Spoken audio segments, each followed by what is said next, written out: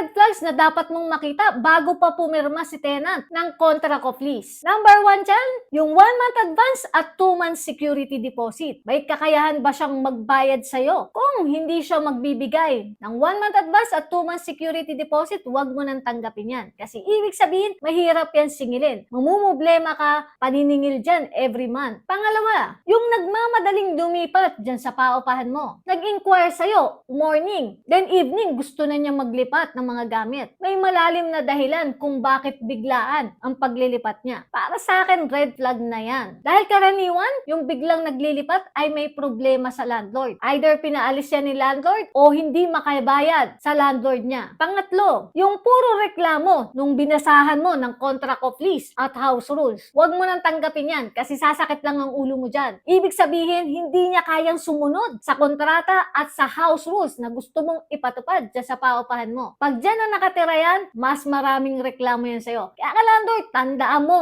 yung 3 red flag na senyales para hindi mo tanggapin si tenant dyan sa paupahan mo.